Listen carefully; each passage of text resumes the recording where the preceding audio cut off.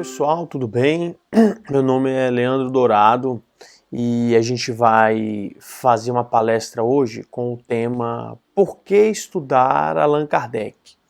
E o que significa estudar Allan Kardec? Bom, primeiro a gente precisa falar dos três aspectos da doutrina, que é tão falado, mas a gente acaba não desmembrando esse pensamento, né? Então a gente fala que a doutrina espírita ela tem três caráteres, como se fossem três pilares, um tripé que segura uma câmera, por exemplo. Se um dos tripés, se um do apoio do tripé não estiver firme, só com dois ele não se sustenta, né? Então a gente precisa falar do seu aspecto filosófico, do seu aspecto científico e do seu aspecto da religião, a moral, como queira. Bom, quando a gente fala no sentido filosófico da doutrina, o que a gente está querendo dizer com isso? Quando a gente fala a doutrina é filosófica. Bom, a gente precisa entender primeiro o que é a filosofia, né? Então há uma discussão na história da filosofia, quando surgiu a filosofia. É uma discussão que ninguém chegou a conclusão nenhuma. Não se sabe se no Antigo Egito, não se sabe se na Índia Antiga. O fato é que o marco, a palavra que Pitágoras, aproximadamente 500 anos antes de Cristo, trouxe, que é a palavra filosofia, que foi num contexto onde ele trazia várias propostas de pensamento para a sociedade grega. E as pessoas diziam, bom, Pitágoras, você é um sábio, você é um grande sábio. E aí ele ficou célebre a palavra dele. Não, eu não sou um sábio, porque o sábio já tem o conhecimento. Eu sou um filósofo, eu busco conhecimento. Então aí ficou a palavra marcada como filósofo, né, do grego philos, amor. Sofia, sabedoria. Então, filosofia, aquele que ama a sabedoria, ou aquele que busca a sabedoria, aquele que busca o conhecimento. Bom, a primeira coisa que a gente tem que entender é que a filosofia, essencialmente, ela trabalha com conceitos. Então, sem conceitos a gente não tem nada. Então a gente vê muitas vezes as pessoas na doutrina, nos centros que a gente frequenta, não dominando conceitos mínimos. Que Kardec traz, que os espíritos superiores trazem no Evangelho, no Livro dos Espíritos, no Livro dos Médiuns. Por exemplo, uma sugestão que eu dou, cada conceito que você lê lá no Livro dos Espíritos, você anote e traga esse conceito consigo. Não de uma forma decorada, mas para a gente entender realmente a profundidade da filosofia espírita. Por exemplo, lá no Livro dos Espíritos a gente vai ter a palavra justiça. Vários filósofos ao longo da história deram algum conceito, algum significado de justiça. Mas os espíritos superiores disseram lá pra gente: a justiça consiste no respeito aos direitos de cada um. Por exemplo, a gente vai no Livro dos Médiuns e tem lá, o que é obsessão? Então a gente fica muitas vezes sem entender. Então lá Allan Kardec dá um conceito pra gente. Obsessão é a ação contínua que algum espírito de ordem inferior atua no sentido de atrapalhar o encarnado.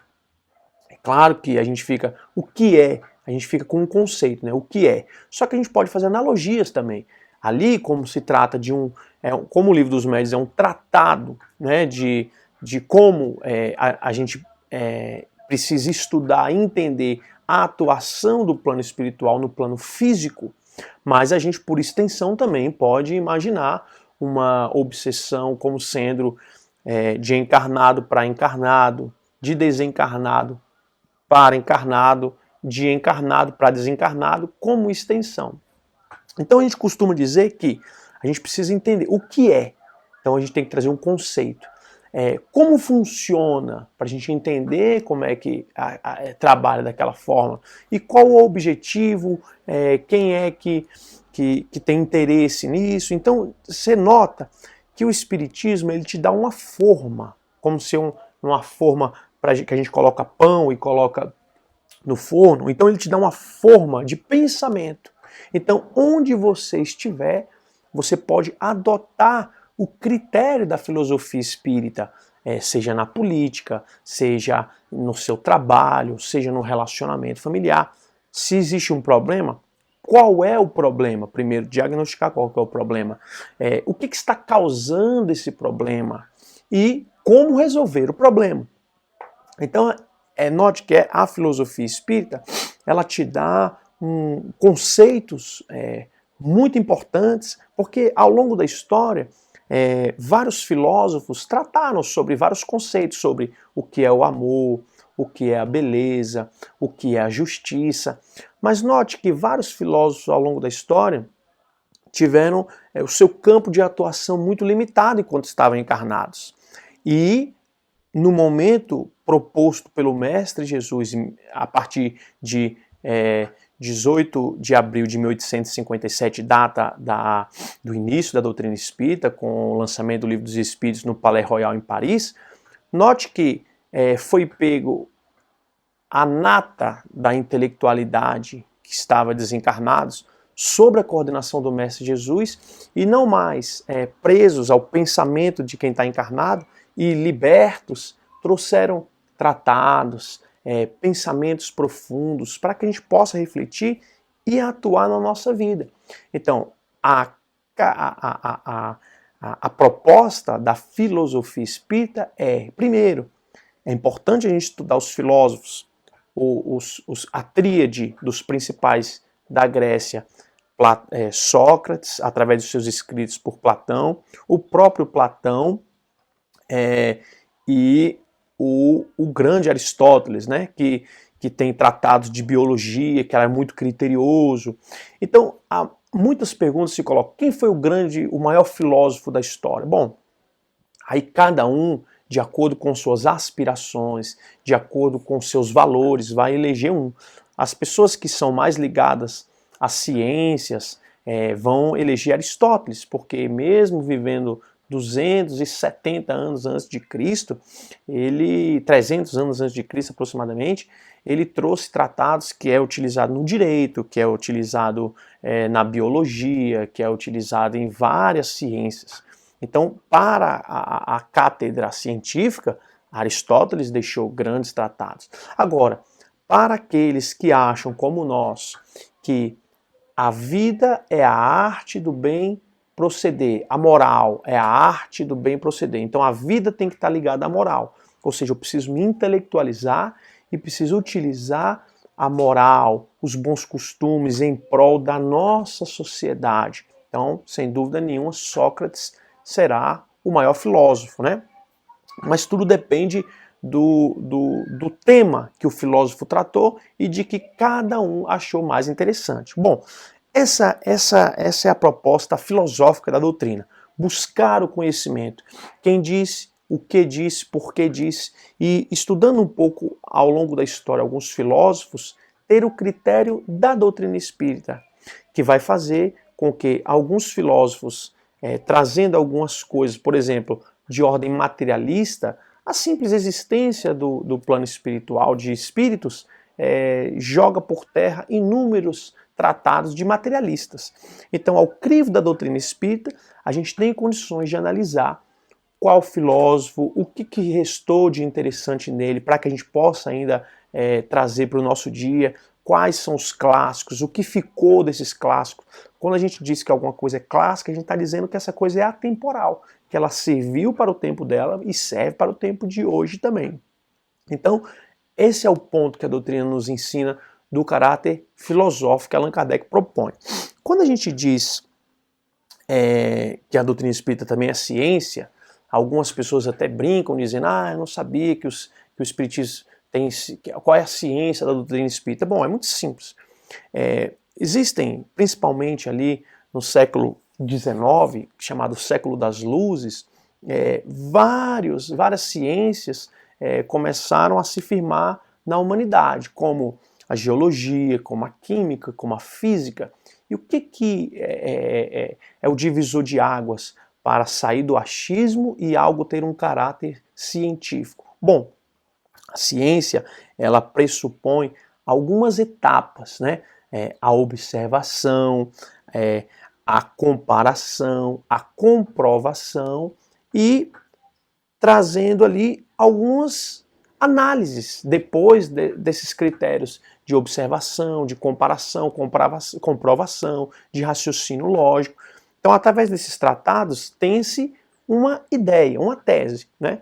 Não dogmática, ou seja, o que é o dogmatismo? Uma verdade pronta e acabada, mas uma proposta dialética, ou seja, ela se coloca como uma verdade até o momento em que outra verdade vier e mostrar que aquela estava equivocada. E assim são os critérios científicos. Ora, toda ciência ela tem um objeto de estudo. Se a biologia estuda os seres vivos, se a astronomia tem como objeto o estudo dos astros, o espiritismo, como ciência, terá como objeto do estudo o quê? Os espíritos e a sua intervenção no plano físico. Ora, por si só, já se demonstra que o objeto a ser estudado não é um objeto inanimado, como a geologia, que estuda as profundidades da Terra e as camadas tectônicas, e ela vai estudar, vai ter como objeto do seu estudo o espírito, um ser inteligente, pensante e que tem vontade própria. Então, para você estudá-lo, terão algumas condições especiais. Você não vai ter, diferentemente dos outros tipos de ciência, o objeto a ser estudado ali. Por exemplo, se você é um psicólogo e quer fazer um objeto de estudo em laboratório com ratos ou com macacos, apesar de serem seres vivos que estão ali, mas eles estão ali do jeito que você quiser, para utilizar as ferramentas que você quiser do estudo daquele seu objeto de estudo. A única diferenciação é essa, então, os espíritos têm vontade própria, têm algumas características e todos aqueles itens ali elencados tão brilhantemente por Allan Kardec no Livro dos Médiuns. Então, o critério científico da doutrina espírita é esse. E Allan Kardec traz para a gente algo muito interessante, porque, eu não sei se vocês perceberam, mas até hoje, e isso não é de hoje, né, mas até hoje prepondera uma disputa na universidade entre aqueles que estudam as ciências de exatas e aqueles que estudam as ciências humanas, onde as pessoas que estudam exatas, até pouco tempo atrás, o ministro da Educação, que saiu há pouco, deu uma declaração nesse sentido, de que as universidades federais não deveriam utilizar recursos para proporcionar às pessoas que estudassem humanas um ensino gratuito, né, público, como se a ciência de humanas fosse menos importante que a ciência de exatas. Olha, uma sociedade que estudasse profundamente a filosofia, que tivesse um amor à sabedoria, ao conhecimento, que adotasse criteriosamente quem seriam seus deputados, que atuassem profundamente na Câmara e no Senado através dos seus representantes e exigissem leis mais justas para com todos na sociedade, você pode ter certeza que a gente viveria uma sociedade melhor, que buscassem através dos seus membros do executivo, presidente, governadores, prefeitos, que atuassem de uma forma mais justa, você pode ter certeza que você teria uma sociedade muito melhor.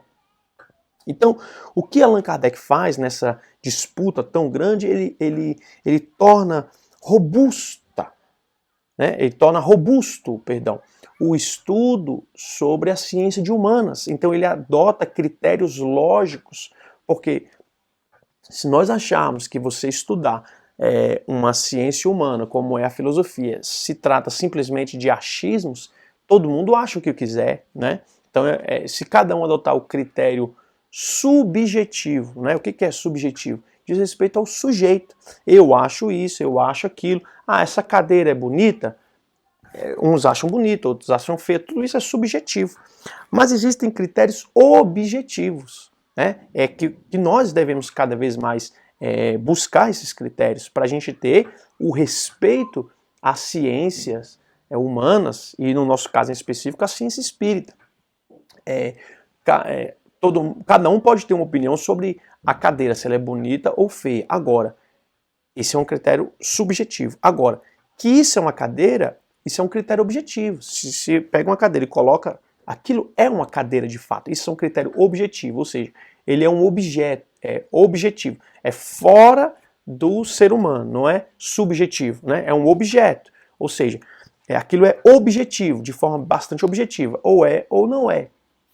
Então, se você analisar, a luta de Allan Kardec foi muito para tornar robusto o pensamento espírita, deixando os achismos de lado e adotando critérios objetivos. Muitas vezes a gente vê no nosso centro espírita muitas pessoas achando muitas coisas. Por exemplo, certa vez nós estávamos ali chegando e eu vi duas pessoas dialogando sobre a questão da obsessão. E um perguntou: será que a pessoa por si só consegue se desvencilhar de um processo obsessivo? Eu pergunto a você. Você acha que uma pessoa só por si mesma ela consegue se desvencilhar de um processo obsessivo? Pense aí. 5 segundos.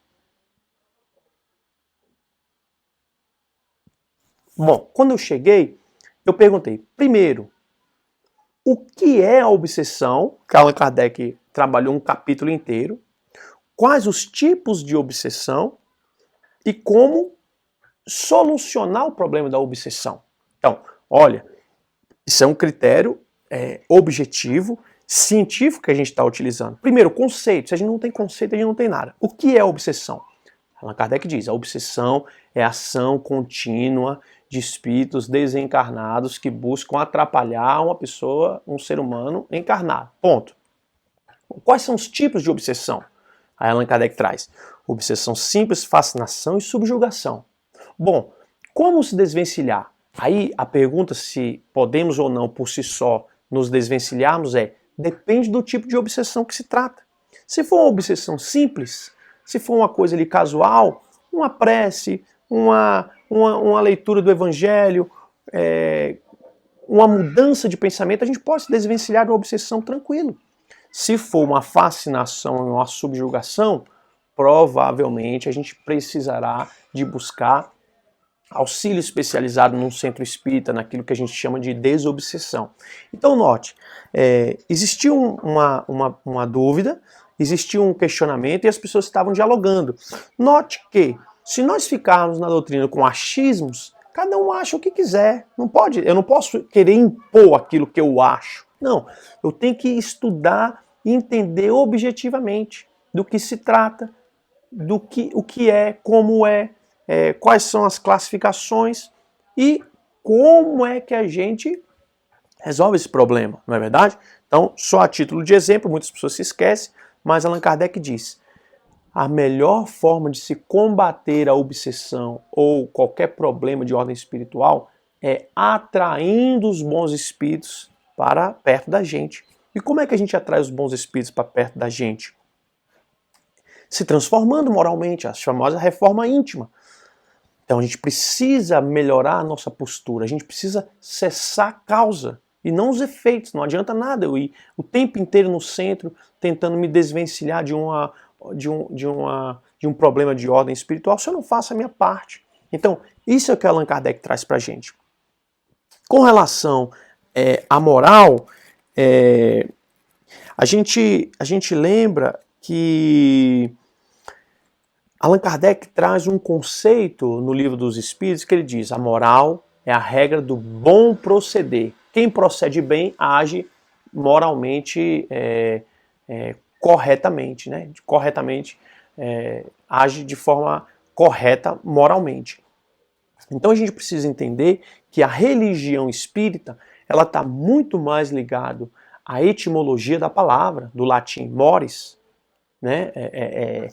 Do que está muito mais ligado à palavra do religare, perdão, da proposta que busca religar a criatura ao Criador. Essa é a proposta da religião que a doutrina espírita coloca, muito mais no seu aspecto moral, da regra do bom proceder, do que no seu sentido ocidental mais comum, como as religiões sendo tendo hierarquias, tendo dogmatismos, propostas prontas e acabadas que ninguém pode dialogar, como sendo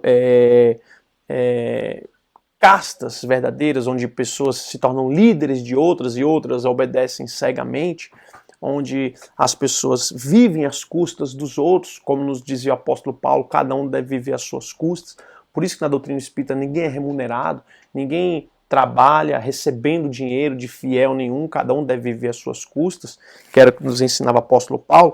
Então a proposta moral da doutrina, da religião, é nós termos uma atitude, tanto no nosso centro, na nossa casa espírita, como na nossa casa, no nosso lar, como na sociedade, no nosso trabalho.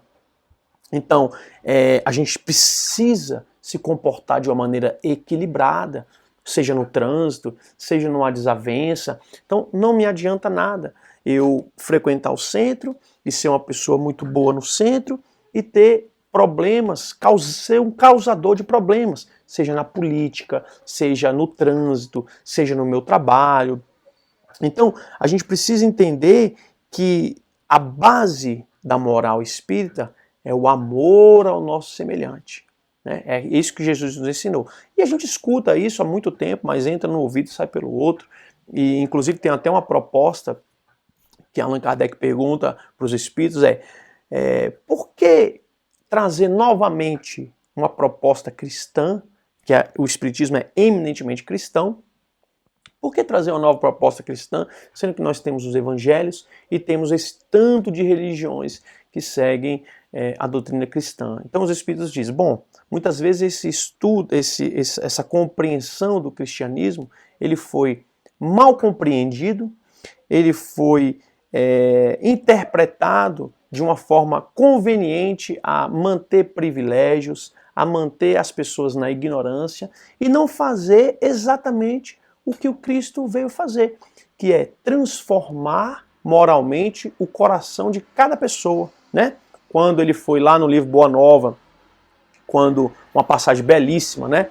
Não sei se vocês se recordam dessa passagem, quando alguns doutores da lei estavam ali ansiosos ao redor ali do templo, ociosos, perdão, ali ao redor do templo, e viram vir Jesus, não sabiam o que era Jesus, Jesus estava no começo do seu ministério ainda, com 29, 30 anos. E aí Anã, que Humberto de Campos diz, depois seria um dos seus inquisidores, percebeu aquele homem com cabelo nazareno e um brilho, um magnetismo diferente. E ele falou assim, Nazareno, o que tu fazes por aqui em Jerusalém? Note que ele estava fazendo uma pergunta, aconteceu isso muito com Sócrates também, uma pergunta, acontece isso com os grandes pensadores, né? Jesus não era um pensador, era um grande sábio, né? Ele mais do que nenhum outro. Então a pessoa às vezes faz uma pergunta de coisa simples e a resposta vem de uma forma muito profunda. Ele diz, que fazes tu aqui em Jerusalém? Aí uma pergunta, o que ele estava fazendo ali? E Jesus falou da missão dele completa. Jesus falou, passo pela terra buscando a edificação do reino de Deus no coração dos homens. Aí Anã tomou um espanto, né? Como se você perguntasse uma coisa simples, o cara, estou perguntando por que você está andando por aqui, você está me falando que você passa pela terra buscando a edificação do reino de Deus no coração dos homens? Aí ele falou assim, e que pensas tu ser isto? Aí ele falou, venho da ordem do meu Pai, mais ou menos em linhas gerais ele fala assim, venho da ordem do meu Pai para que o ser humano se modifique. E aí ele, achando que ele era muito inteligente, ele diz assim, com quem tu contas para exercer teu ministério? E Jesus de forma profética diz, os meus emissários virão de todos os lugares.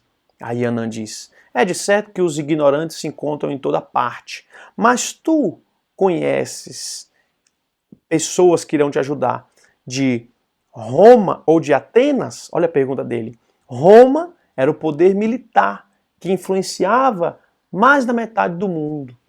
E Atenas era o berço da intelectualidade, os grandes pensadores, os grandes tratados, né? Então olha a pergunta dele. Conheces emissários que virão de Roma ou de Atenas? Aí ele fala assim, as pessoas que virão me ajudar, virão de todas a parte. Aí ele pergunta assim, e você acha, você sabe o que significa isso? Se Roma vai aceitar esse teu ministério? Aí ele diz assim, sei da vontade do meu Pai que está nos céus.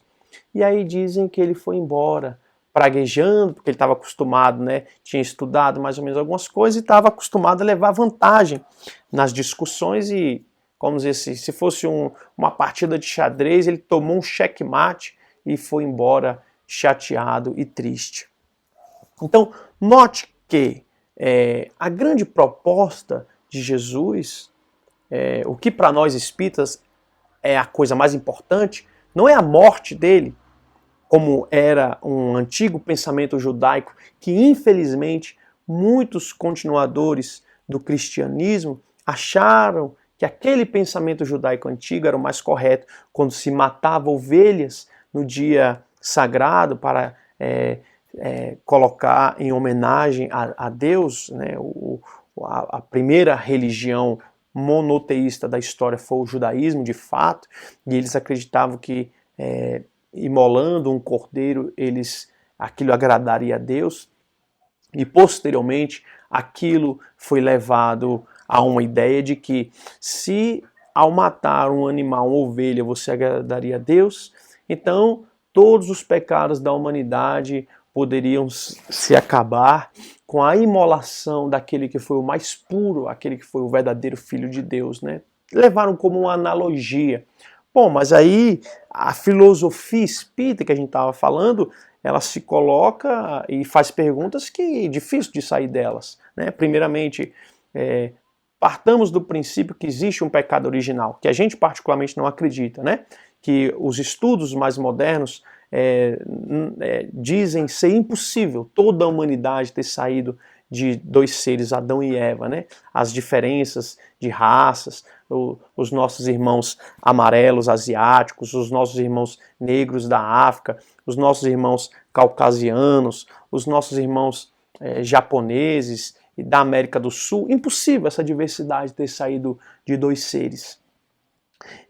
Mas partamos do princípio que haja um pecado original. Se a grande questão era a vinda de Jesus para pegar os pecados da humanidade, poderia ter vindo logo depois de Adão e Eva, não é verdade? E tirava todos os pecados do mundo. Para que esperar tanto tempo? Dizem alguns historiadores da raça adamita, que é o que a gente costuma dizer, né? Uma raça que se degradou, como Emmanuel diz lá no Caminho da Luz, até a vinda de Jesus. Dizem ali que houve 3.500 anos aproximadamente. Bom, por que não veio antes? Por que veio depois? Né? Por que 3.500 anos de viver em pecado a humanidade e só depois disso que veio Jesus para ser imolado? Bom, para nós, muito mais importante do que a morte de Jesus foi a vida de Jesus. Os ensinamentos dele. A gente trazer isso para a nossa realidade, nos perguntarmos sempre como Jesus agiria em determinada situação, o que podemos fazer com relação a isso, quando nós tivermos algum problema, quando nós tivermos algum referendo, quando nós tivermos problemas complexos no nosso país, na nossa vida, a gente pode se perguntar perfeitamente como Jesus agiria neste caso e como eu quero agir, sabendo que Jesus agiria dessa forma. Bom, então a gente pode dizer o seguinte, basicamente, estudar Kardec no seu sentido filosófico, buscar conhecimento, buscar a sabedoria, adotar critérios que os espíritos nos dão, abraçar ao longo da história o que os grandes filósofos disseram, deixar os erros para trás e ficar, sobretudo, com os tratados de ordem moral, no bem proceder, que Sócrates e Platão foram os grandes ícones dessa proposta que, para nós, é o que de mais avançado existe na filosofia da história mundial. Bom, a ciência, o método aplicado, adotar critérios objetivos na observação, na comparação, isso a gente pode usar para qualquer coisa na nossa vida, certo? Se você, por exemplo, for estudar para concurso, adota esse critério que a doutrina espírita te ensina, o que estudar, como estudar, qual é o melhor resultado que eu tenho nisso, Acompanha, tá dando resultado, não tá, eu melhoro, eu não melhoro.